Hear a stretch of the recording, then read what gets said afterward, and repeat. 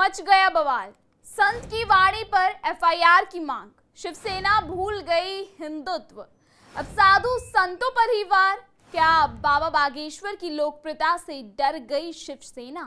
आस्था का मंच, हजारों की भीड़, हाथों में भगवा झंडा और गूंजती आवाज, जय बागेश्वर। लेकिन तभी एक लाइन ने मचा दिया कोहराम। रतलाम के पागलों, बस फिर क्या था? बोलने वाले थे बाबा बागेश्वर, सुनने वाले थे भक्त, पर बीच में कूद पड़ी शिवसेना। अब नारा नहीं लग रहा, अब मांग उठ रही है एफआईआर की। बाबा पर केस दर्ज करो। अरे भाई, ये आस्था का मंच था या कोई राजनीतिक अखाड़ा? क्या ये सच्चा अपमान था या शिवसेना की सस्ती सियासत? बाबा ने प्यार से कहा पागल, और इनको लगी आग। क्यों भाई, इतना दर्द क्यों हो रहा है? नमस्कार, मैं हूं आपके साथ तनीषा भारद्वाज। आप देख रहे हैं आयन भारत। आइए आपको बताते हैं आखिर ये पूरा मामला क्या है। रतलाम के मैदान में जब बाबा बागेश्वर पहुंचे तो हजारों की भीड़ उमड़ी। हर तरफ जयकारे, श्रद्धा और भक्ति का माहौल।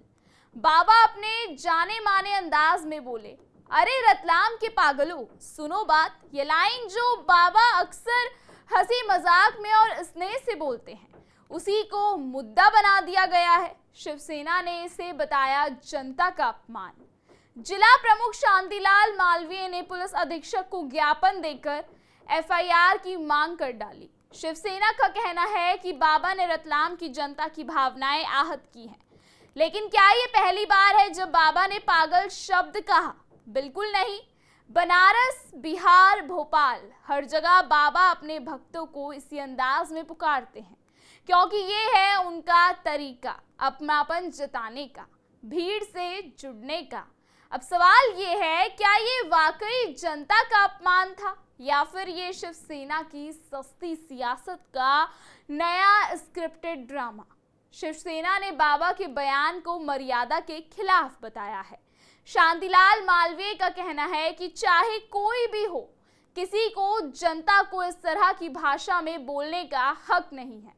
उन्होंने कहा कि संतों को तो और ज्यादा संयम रखना चाहिए, लेकिन यहाँ तो उल्टा हो गया। इसके अलावा शिवसेना ने जिस सोशल मीडिया अकाउंट से बागेश्वर बाबा का वीडियो पोस्ट किया गया है, उस पर कार्रवाई की मांग हो रही है। शिवसेना के आक्रोश के बाद जांच एजेंसियां भी हरकत में आ गई हैं।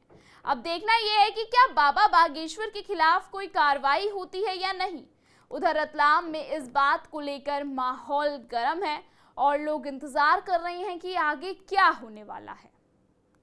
ये पूरा विवाद कहीं ना कहीं राजनीतिक चश्मे से देखा जा रहा है जनाब। शिवसेना जो कभी हिंदुत्व की ठेकेदार मानी जाती थी, अब वही बाबा बागेश्वर जैसे संतों पर सवाल उठा रही है। ये साफ है कि बाबा का इरादा अपमान करने का नहीं था, लेकिन शिवसेना को इस बयान में अपनापन दिख गया। शायद इसलिए क्योंकि आस्था की ताकत राजनीति की सीमित सोच को अक्सर चौंका देती है। शिवसेना जो कभी हिंदुत्व की सबसे मुखर आवाज हुआ करती थी, आज उसी संत पर उंगली उठा रही है जो संत चेतना को जागृत करने का काम कर रहा है। सवाल ये नहीं कि बाबा ने क्या कहा, सवाल ये है कि सुनने वाला कौन है और वो इसे कैसे तोड़ मरोड़ रहा है।